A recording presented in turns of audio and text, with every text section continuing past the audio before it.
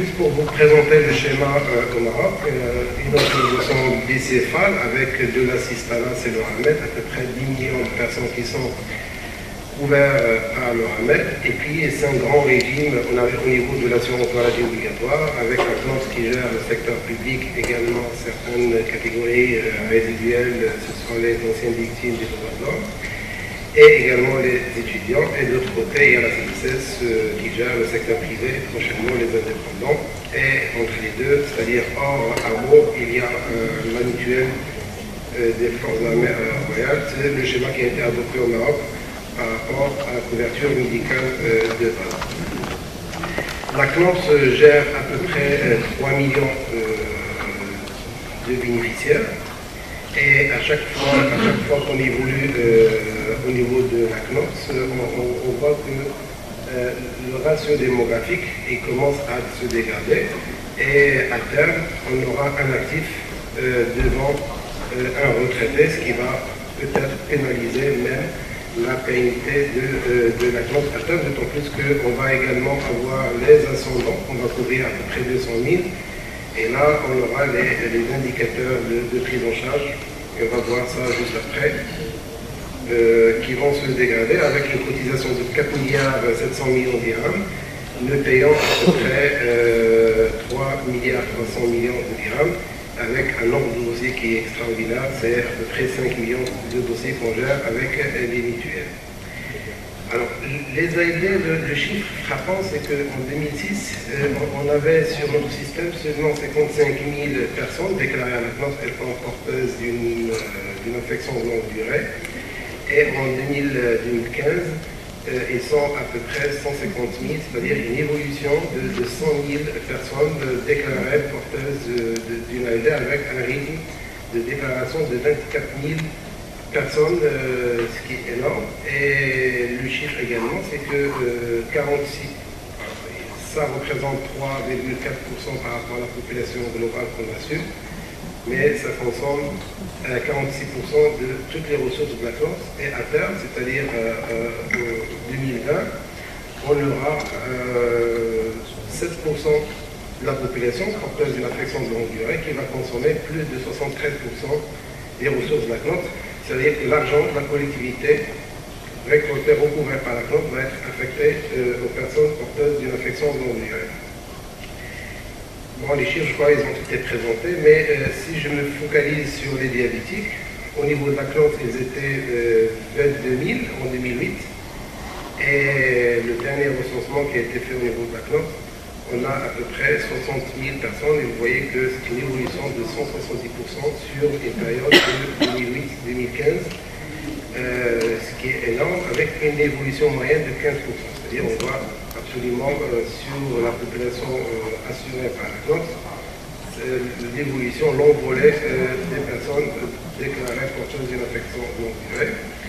Et le diabète, c'est la première affection longue durée, c'est porté par la CNOS, avec un taux d'évolution qui est en augmentation, puisque en 2008 jusqu'à 2015, on est arrivé à 40%. Alors chaque année, 6 000 personnes se déclarent porteuses d'une infection de longue durée. Et c'est beaucoup plus le diabète type 2, puisque elle était de 26% en 2008, sur la totale des personnes porteuses d'une infection du diabète. Maintenant, ils sont 68% en 2015.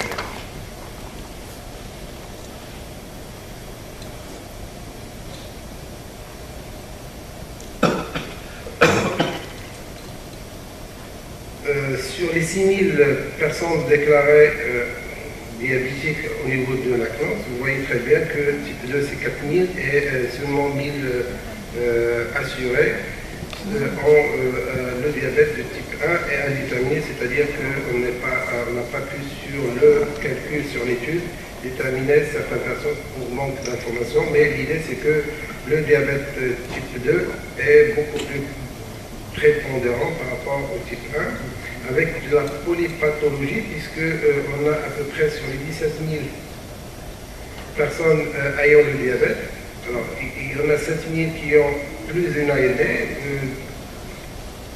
1000, ils ont plus de 2 affections longues, c'est-à-dire qu'ils ont plusieurs pathologies combinées avec en conséquence le HTA sévère, 33% des personnes qu'on a recensées qui ont le HTA, et vous voyez que les combinaisons avec d'autres pathologies rendent la prise en charge beaucoup plus compliquée.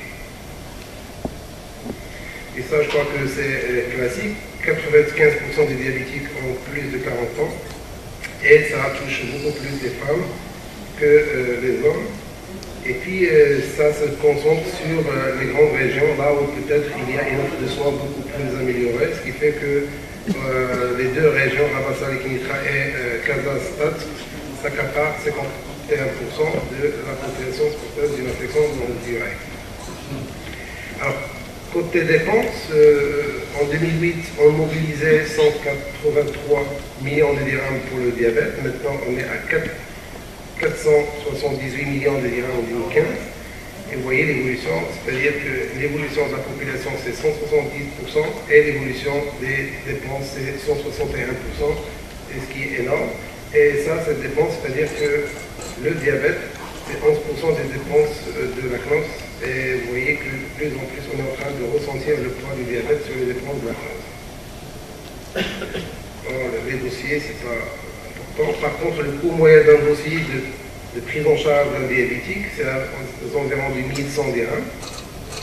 Et ce coût, il est passé de 1037 dirhams à 1100. En tout cas, l'évolution n'est pas significative, mais la population et les dépenses, là, ça mérite qu'on s'y attarde.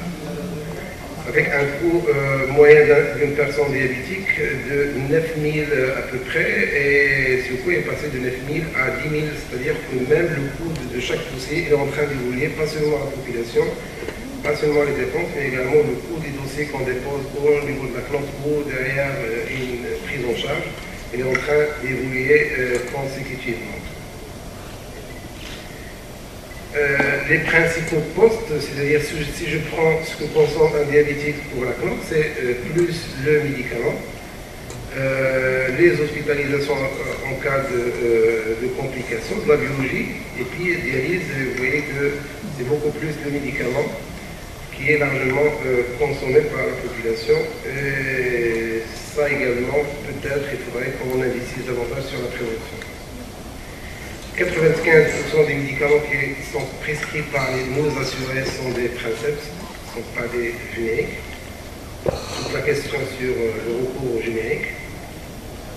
Et puis, le taux de global, c'est-à-dire que si je prends un diabétique qui engage des frais, le taux de prise en charge des dépenses de cette personne, elle est de 75%, c'est-à-dire que ça reste à charge pour l'assuré de l'ordre de 25% pour des raisons liées